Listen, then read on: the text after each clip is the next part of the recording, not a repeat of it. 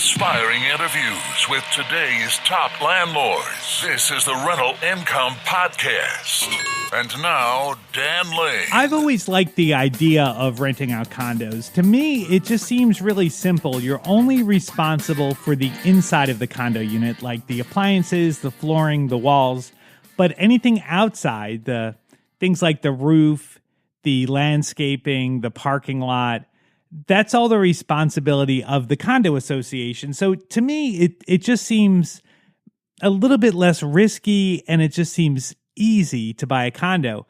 But anytime I've ever looked at a condo deal, the numbers have never made sense. The condo fees are usually so high that I just haven't understood how anybody actually makes any money renting out condos. And I just assumed it wasn't possible. Well, my guest on the show today has figured out how to make money renting out condos, and he's making a lot of money off of his rentals. So on the show today, I want to go over the numbers. I want to figure out exactly what he's doing. So let's take a really quick break. We'll thank our sponsors. We'll come right back, and we'll meet Steve Goldberg from New Haven, Connecticut. Having to evict a tenant is painful. The best way to protect yourself from evictions is to screen tenants, and the best way that I know of to screen tenants is TransUnion SmartMove.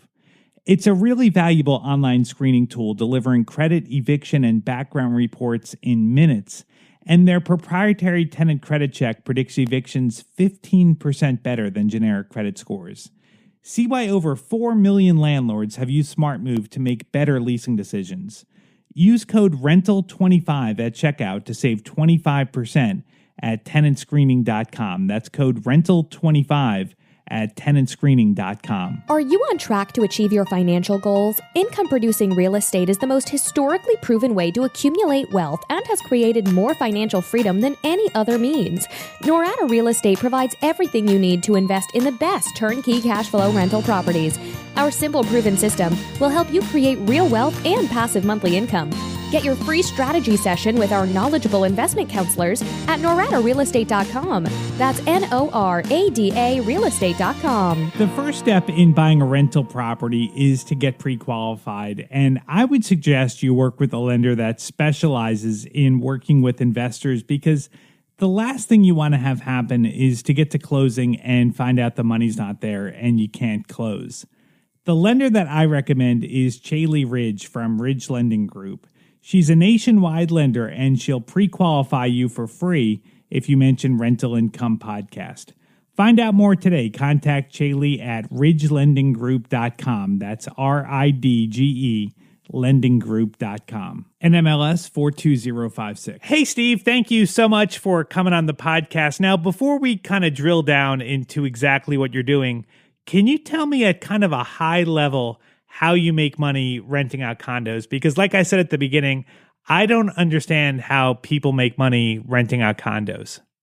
Definitely. The key thing, without any doubt, this is a geographical situation that I'm just lucky where I'm at in New Haven, Connecticut. Some of the history of the architecture here is that there's a lot of apartment buildings that were built in the 1960s. Mm-hmm. And then the people that owned the apartment buildings and built them in the 60s, when the 80s craze hit, they decided to go condo, and they sold off all the apartments as individual condos. And because they were apartment buildings, they're a very down and dirty type of situation. There's no sprawling lawns, there's no clubhouse, there's no swimming pool. It's just a driveway, parking, and your building. Okay. And because of that, the condo fees are affordable, that I'm able to find the right kind of tenants to fit into these situations. And they're really, because they're aged a little, and I'm looking for rentals, they work out for the kind of tenant that I have. Meaning I'm not, renting to doctors and lawyers. I'm renting to lower income people that usually have some kind of state aid.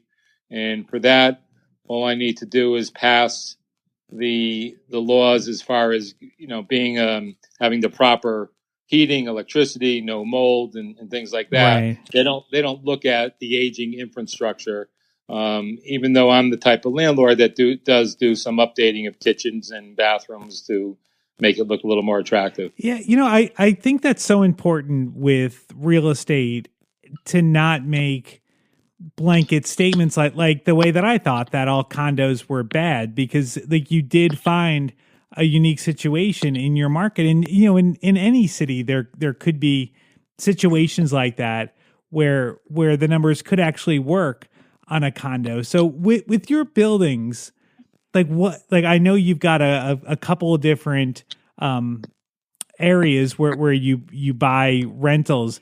How much are the condo fees generally? Well, I've actually run into three different scenarios. One scenario of a condo that I bought, everybody has their own hot water heater and their own gas furnace. So that means the furnace and the heat and hot water is not part of your condo fee. And so we'll go back to that in a minute, because then another apartment building I bought, there's one furnace, one hot water heater for the building, which means heat and hot water is part of the condo fee. Okay.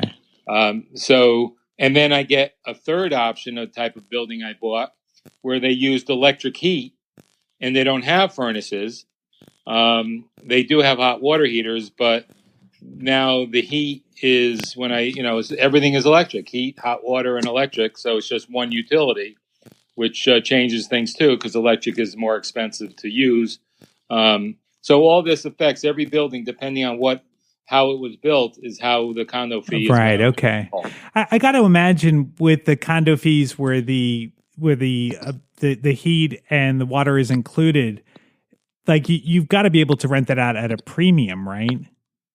I am, but the key thing is I'm really renting mostly to social programs. Okay. And these social case managers are paper pushers, and they love the fact that they don't have to do anything other than find me, because I'm going to supply the heat and hot water, so they don't have to go out and contact and try to set up an electric account for the tenant. They don't have to try to, get special, they call it community action around here, where they'll subsidize the electric or hot water or whatever. So it's, and they're willing to pay the premium because it's a turnkey situation. Right. Sure. Now, so tell me about this program. So this isn't Section 8. This is like a local program that's paying the rent. I want to say I've been doing it for 30 years. I've asked this caseworkers, they've tried to explain it. I don't even think they understand it fully. The answer is all these programs, federal money trickles down to them. Okay. But the government realizes they're not the best of landlords. So they get these agencies to disperse the money and be a responsible agency to reduce the amount of fraud that goes on in the rental business. Okay. So these agencies, what makes them unique too, different than like the magic word everyone knows is Section 8. That's a very big word in the United States, which means government housing. But the difference here is the caseworkers come with the program, where Section 8, as far as I know, you don't get a caseworker, a field agent to check on you. Right. So okay. If I have a problem, I had one the other day. The person had an unregistered vehicle parked there. I called up the caseworker.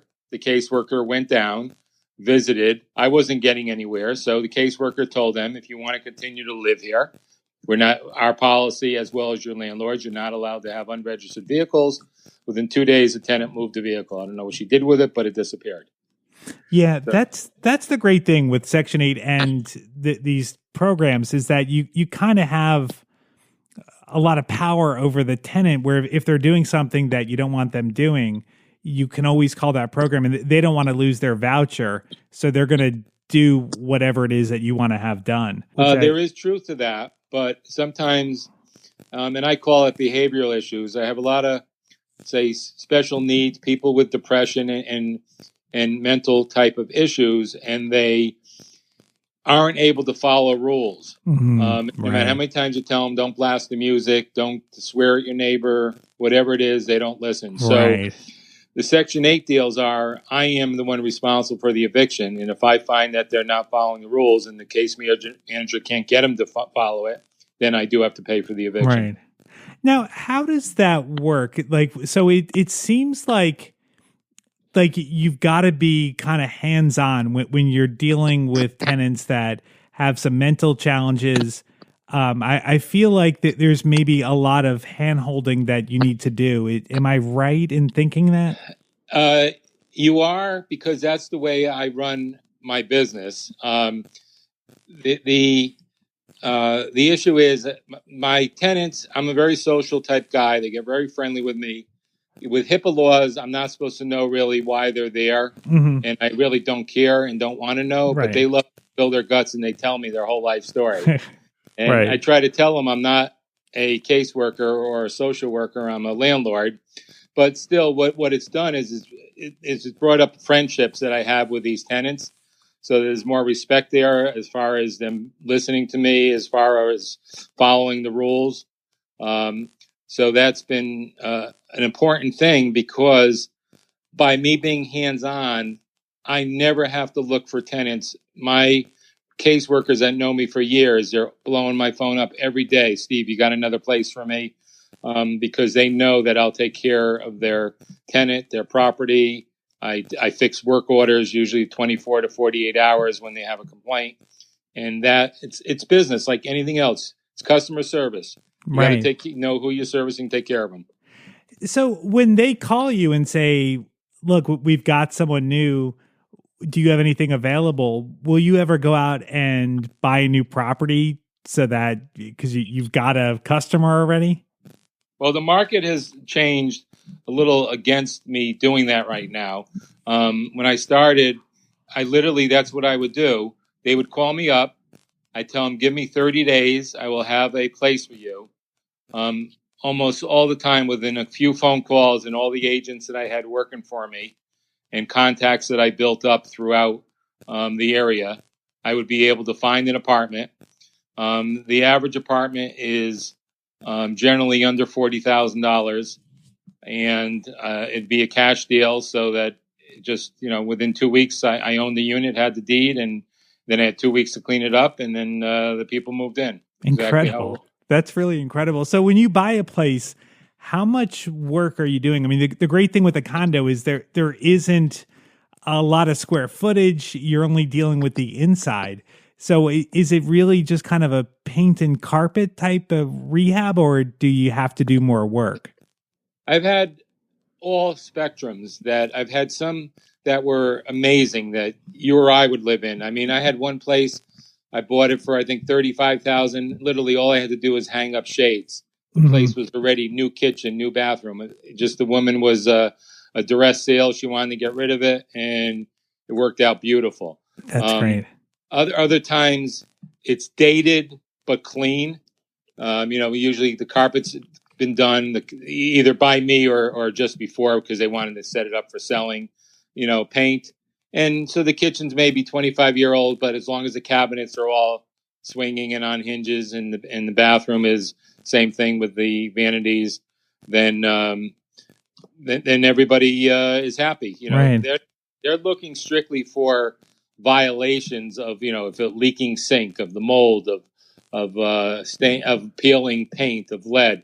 As long as I don't have any of that, then cosmetics is really up to me at how far I want to go. But I've had people say to me, will you change the vanity? If I look at the person and I kind of really feel they look like a sincere person, I'll do it, because I want a long-term tenant. Sure. It's much cheaper to keep the tenant for years. Absolutely. Now, you mentioned that you're buying them with cash. Is that because of the price point, and with it being a condo where maybe there's a lot of investors, it's difficult to get financing? Is cash really the only option? The ones that I buy, they're always highly investor owned, usually like 80% investors. And it's, I'm sure other parts of the country all this happened. I mean, generally, a lot of these people had owned the condo and lived there, and their life changed, and then they didn't want to sell it for 35 or 40,000. Right. And so they became landlords, not by choice. And then you fast forward, 10, 15 years. So what's happened is these people now have been tired of being landlords, and the market still is low, but then I'll get them at a low time where they just say, I had enough, and yeah, okay, I'll give it to you, and go ahead and take it. Right. So, and then work out a deal. And it has to be cash because the banks won't finance. I mean, I could do home equity to get the cash, but I'm 62 years old. I've been building nest egg for a long time. I've had steady business of another business since I got out of Northeastern University. So the cash was only like, I needed like a $200,000 investment to start to really fund the checkbook. Mm-hmm. And then after that, I was able to start using the profits as they're coming in to buy the next condo. So it's just self-paying. Yeah, I mean that's kind of what I was thinking. So how much do you rent the units out for generally? Well, as I mentioned, it depends on the variables of the heat, the hot water, and all. But anywhere from 900 to 1,200. 900 generally being that they're paying utilities. 1,200 generally that I'm paying utilities. And if you do the math, I mean, if you figure that if you were going to pay heat and hot water, for a 2-bedroom or a 1-bedroom, I mean, it's going to be $150 to $200 a month for utilities. So it all pretty much works out. Right. Okay. And what about taxes and insurance? Are they pretty reasonable too? So in one place where I own 14 condos, my taxes only are about $100 a month, which is that's really good. Low. Yeah. Yeah. But we don't really get much for our taxes, though. That's why, because it's considered private property. Police will come on for a crime, but I've called them to do things, and they always say it's private property. Call your own private tow truck. We're not going to come out or whatever unless it's a life safety situation. We have to pay our own dumpsters and the condo fees. So the taxes really, make it pretty good. Very affordable. And then what about for the insurance? Like how much on average is the insurance for each property? Well, I'd mentioned earlier that generally through State Farm, it was $150 a year. $150 a year. That. Wow. Okay. So you've got really low expenses. I mean, $1,200 a year for taxes and then $150 for the insurance. How much profit are you making off each unit? Is it maybe somewhere around $500-$600 a month? Always some variables, but usually around $7,000 a year. $7,000. Okay. On a $40,000 investment. And what is that? That's just an incredible return. And when you think about it, you're making $7,000 a year off each rental. And you're piling up money so quickly that it doesn't take much to buy another property with cash. It's like you've just got this great snowball. Well, that is true. And I'm in a position, though, that since I have a primary income from another business, this is really my retirement situation, what I'm planning on using, because I'm self-employed. So since I don't get any kind of retirement plan from a large company, and I'm just a small proprietorship. Yeah, I'm talking not in the real estate is separate. I have another type of business, a security business. So I'm not taking really money out of the checkbook right now for me. I'm leaving it all in and using it so I'm ready to buy another condo when it comes due. That's awesome. Before we wrap things up, I just want to take a quick second and summarize what Steve did, because Steve was talking about condos today, and he built his rental portfolio with condos. But what I realized talking to him today is that the strategy that he followed would work for condos. It would work for single family properties, really any type of rental property. So the key to Steve's success was that he had some money when he started investing. He said that he had $200,000 set aside. So he took that money and he bought 5 $40,000 properties, free and clear, owned them outright. And those properties each generated $7,000 a year in profit. So after his first year, he had $35,000 that he had generated from the rental properties. So instead of spending that money, he took that money and he reinvested it into buying rental property number 6. And then that's when things got interesting and he started snowballing, and the next year he's got even more cash flow and he's able to buy more properties, and he just kept reinvesting and reinvesting and reinvesting until he's at the point now where he's got a couple $100,000 a year in rental income. I think this is a really interesting strategy, and it reminds me a lot of episode number 128 with Scott Strong. Scott did the exact same thing, but with single family properties. So if you haven't heard that episode, you might want to go back and check it out. It's from October 3rd, 2017, episode number 128 with Scott Strong. But I think it's a really good strategy. Now, I realize that not everybody has $200,000 to get started with. That is a lot of money.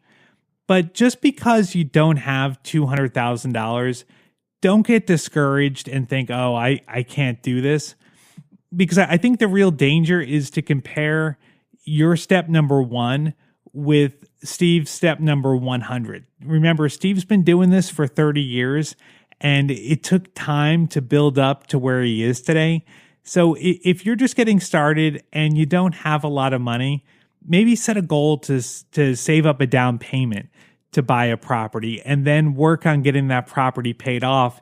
And you can do the same thing. That property is going to generate profit. You can set that profit aside and then save up for your down payment to buy your next rental property. So this is really something. Rental income is so powerful, and owning rental properties is something that I really think anybody can do if you just take the time to learn and you work hard and you sacrifice. I mean, it's going to take some sacrifice. Nothing in life that's good is easy. So you're going to have to work hard to get to where it is that you want to be. So with that being said, there's two other things that I want to touch on before we get out of here today. The first one is I want to thank Chris, who is a listener of the Rental Income Podcast. And Chris actually introduced me to Steve. Chris, I really appreciate the introduction. It was great talking to Steve. I think this was a real interesting conversation, and I really appreciate you reaching out and connecting us. And the second person I want to thank is Chaley Ridge from Ridge Lending Group. Chaley is the sponsor of the show today. Chaley is a nationwide mortgage lender, and whether you are just getting started or you've got a big rental portfolio, Chaley can find a loan program that'll work for you. She's got literally dozens of different loan programs, and whatever your situation is, Chaley can find a way to get you into a rental property. You can find out more and get started today at ridgelendinggroup.com. That's RIDGE lendinggroup.com. And if you mention Rental Income Podcast, she will waive all of the pre-qualification fees. NMLS 42056. Thank you so much for listening to the podcast. If this is your first time here, make sure you subscribe. We've got new interviews every single Tuesday, and if you subscribe, you'll get those interviews downloaded automatically as soon as they come out. My name is Dan Lane, and this has been the Rental Income Podcast.